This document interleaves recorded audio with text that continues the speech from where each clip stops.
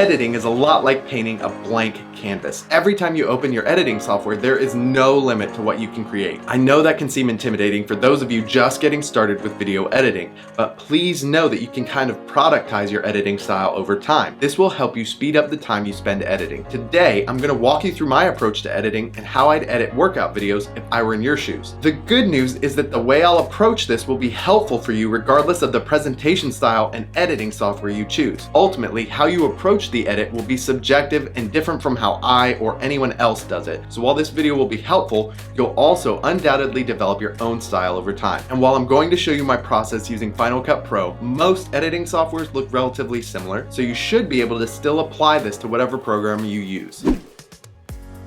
The first thing you need to do is set the foundation for your editing project. In Final Cut, that entails setting up a library which contains all of your files for an entire project, an event, and projects, which are your edits. An event can contain multiple projects, like if you want one edit for YouTube and another version for social media. When you set up a project, there are a number of settings you'll want to customize. This includes the video resolution. Will your video be 1080p, 4K, vertical video, square, or something custom? You'll set the frame rate here as well. Some people get very passionate about this. I simply put all of my projects at 24 frames per second. 24 frames per second is the most similar to the frame rate of the human eye and makes the footage look the most natural in playback. Some people love 30 frames per second, but I like 24 and I just stick with it. I then leave the rendering and audio settings alone with the Final Cut presets, which has always worked great for me. Then I click OK and my project opens up. The next step is to import your footage and allow it the time to render. Video rendering is the process of a video file being sent to the proper place for display on your computer screen. Sometimes this is a slow process. I do that and allow Final Cut to import and render the footage before I begin working on my timeline. Alright, now we're getting to the good stuff, but hold on, because if you're new to this, it's going to seem like I'm flying through things, but that's okay. We're just painting with broad strokes right now, so if you need to rewatch any of this and take your time, that's okay. The first thing to do is establish your A-roll on the timeline. The timeline is this area down here where you do the actual editing of your video footage. A-roll is the media that tells your story. For my videos, it's just footage of me talking to the camera. For you, it's the workout or yoga flow that you're teaching. Your A-roll may be one clip or a few different clips of the different movements from your workout, but the point here is to get them in the order you want the viewer to see it. From here, because I shoot in 4K and edit in 1080p, I then duplicate my A-roll and add it on top of my initial timeline before cropping in on that footage. This is exactly why I shoot in 4K when using a full frame sensor camera, because it allows me to do this without any loss in video quality. If you're using a crop frame sensor camera, you can't do this. If you try to do it, the footage will come out fuzzy. But this is how I'm able to shoot with one camera, even though it looks like I have two in my final edits. With these duplicate lines of footage, I can crop in on one, and then when I make cuts here in a moment, I can disable one or the other based on which angle I want to use. Now, my timeline is good to go and ready to chop up. So now I begin to make my cuts to the A-roll, because there are a ton of bloopers and bad takes in my footage like this. You can check out the I have to cut all of that out and get the A-roll narrative really tight before we can move on. Final Cut Pro actually has a blade tool you can access by pressing the letter B on your keyboard, and you can then make cuts right on the timeline. When editing, because I have the benefit of being able to crop in and use that second camera angle, I tend to have a lot of cuts in my videos. I like to remove places where I take a deep breath or there's a natural break in the narrative to help speed up the flow of the video. Once your A-roll is nailed down, I suggest you take a moment to step back and review your work so far. Make sure and take the time to really ensure your narrative is where you want it to be before moving on. Also, make sure you don't have any F-bombs in there that you might have just somehow missed and it ended up on YouTube and ruined your life. Not that I know from experience, but after that, it's time to move on to the B-roll. B-roll is supplemental or alternative footage laid over your main shot. Now, to be fair, most workout videos won't contain much, if any, B-roll. But just so you know, if you had any B-roll footage that you wanted to layer on top of the narrative, you'd simply put it where you want it to go and adjust accordingly. Now, I don't mean special effects, but rather some basic ones that anyone can learn how to do, like text titles, lower thirds, and more. The great news is that for most of the effects I'm talking about, you won't have to do extensive manual keyframing or other difficult and tedious tasks. That's because almost every editing software has built-in tools to make this part of the process much easier for people like you and me. Transitions are something you may want to think about as well. I'm referring to the transitions between clips. You can also control the look and feel of that while editing. In 99.9% of situations, you should just leave transitions alone as you're starting editing. When you put clips next to each other, they automatically switch from one clip to the next with no animation. That's a timeless look that will serve you well for years to come.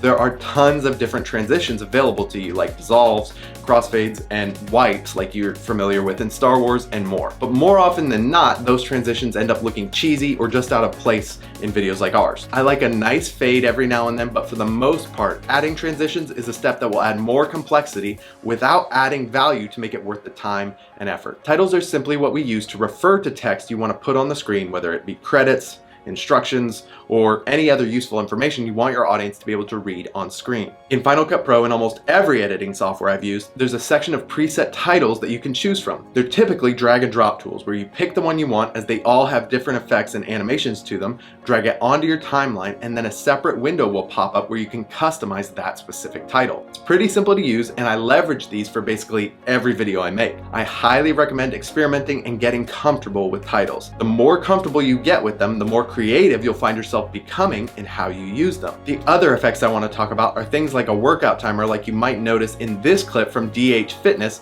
or this effect highlighting the body part being worked out in the video. While these might seem like complicated effects, and the body part one is kind of complicated, they're actually just plugins for software like Final Cut Pro that you can buy and then implement in your videos. Now, it's not always as simple as a drag and drop tool, but even when plugins require a bit of manual work, they can still simplify effects that can take your video to the next level. There are marketplaces and websites all over the internet that sell plugins for video editing software. I personally love Motion VFX and Pixel Film Studios, but there are other great ones out there like ccreation.store and more, so do your research.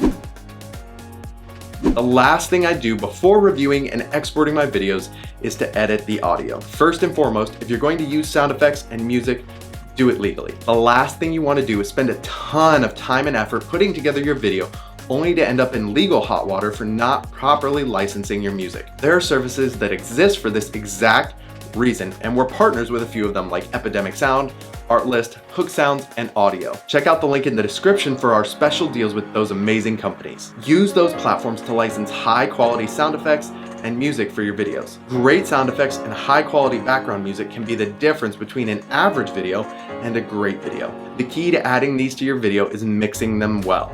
You don't want the audio to be too loud or too quiet. Your best bet here is to adjust the audio levels of the music and any sound effects to your liking, and then have someone else review it for you. An external and objective perspective is always helpful for me in these scenarios. After a while, you'll be able to reliably predict how to mix your audio, but as you get started, it's invaluable to have help.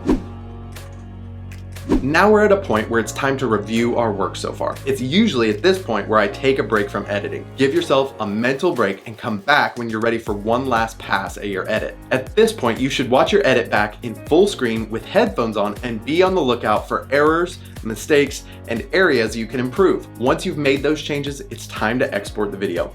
In Final Cut Pro, it's actually called Share in the menu, and you'll want a master file. From there, name the export file, add any tags you want, and then check your settings. For simplicity's sake, I export in H.264 at 1920 by 1080. Then click Next and get on your way. There's usually a status indicator somewhere on the editing software that lets you watch the progress of the export. Once that's finished, I usually have someone else on our team review the video for any issues or corrections.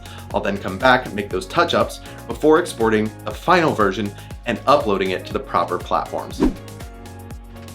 I know we've covered a lot in this video, and I don't want to overwhelm you, but I also want to ensure you're properly equipped to go edit a workout video after digesting what you've learned here. With that said, here are a few tips and best practices to help set you up for success. The nicer your camera equipment, the better your end product can be. The difference to be aware of is that you have to know how to use that nicer equipment or have someone help you who does. Otherwise, you spend a lot of money on gear that could be replaced by the camera on your cell phone. Invest in your audio. If you don't have a good microphone but you plan to instruct while filming, then you have to be prepared for background noise to show up in your final video. A remedy for not having a good microphone is to add music to the video, as that can help cover up some of the background noise, or you can choose to record a voiceover instead of instructing while filming. Or just buy a high quality microphone and solve all your problems. Add your own branding to your videos. People should be able to quickly glance at your video and see or recognize your brand. Whether it's a watermark of your logo in the bottom corner or a constant logo in one of the top corners, take the opportunity to let your brand shine throughout your videos. Even using your colors and fonts throughout for titles and timers